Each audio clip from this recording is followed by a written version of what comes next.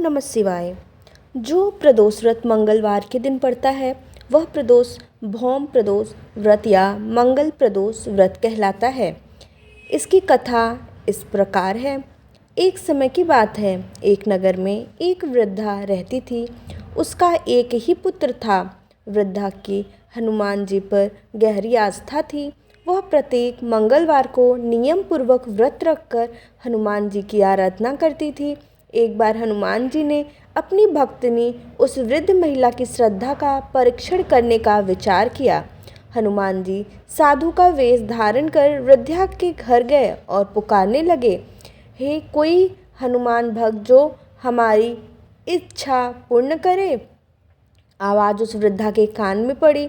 पुकार सुन वृद्धा जल्दी से बाहर आई और साधु को प्रणाम किया और बोली, आज्ञा महाराज। हनुमान वेशधारी साधु बोले, मैं भूखा हूँ, भोजन करूँगा, तुम थोड़ी जमीन लीप दो।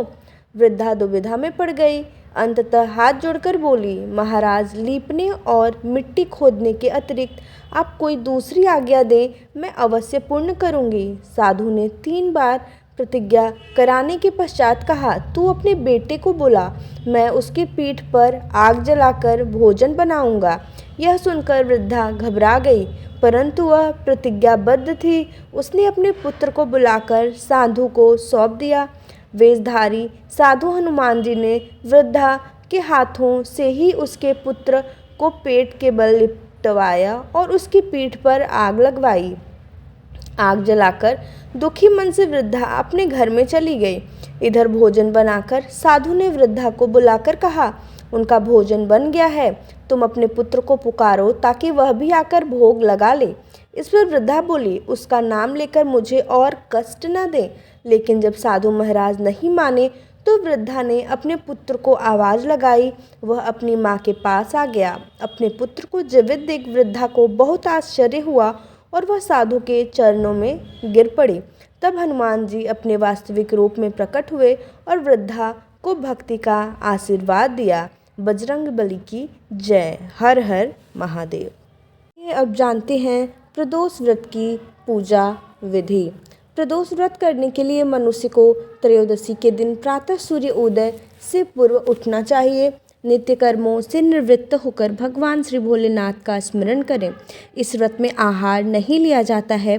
पूरे दिन उपवास रखने के बाद सूर्यास्त से 1 घंटा पहले स्नान आदि का श्वेत वस्त्र धारण किए जाते हैं।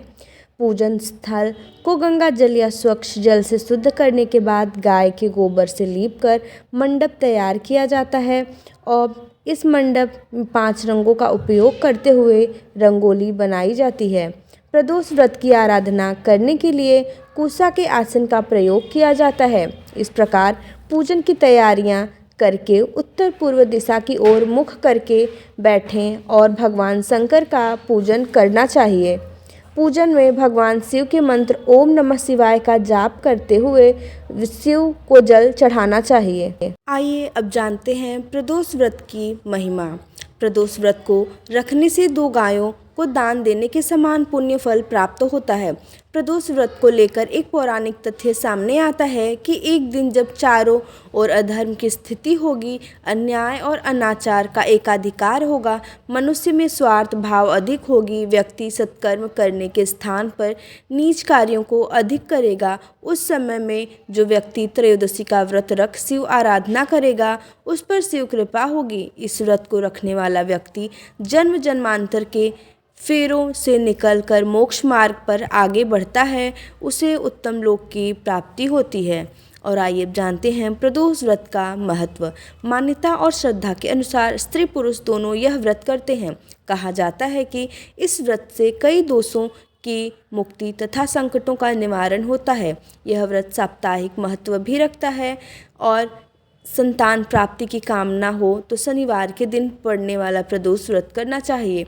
अपने उद्देश्यों को ध्यान में रखते हुए जब प्रदोष व्रत किए जाते हैं तो व्रत से मिलने वाले फलों में वृद्धि होती है।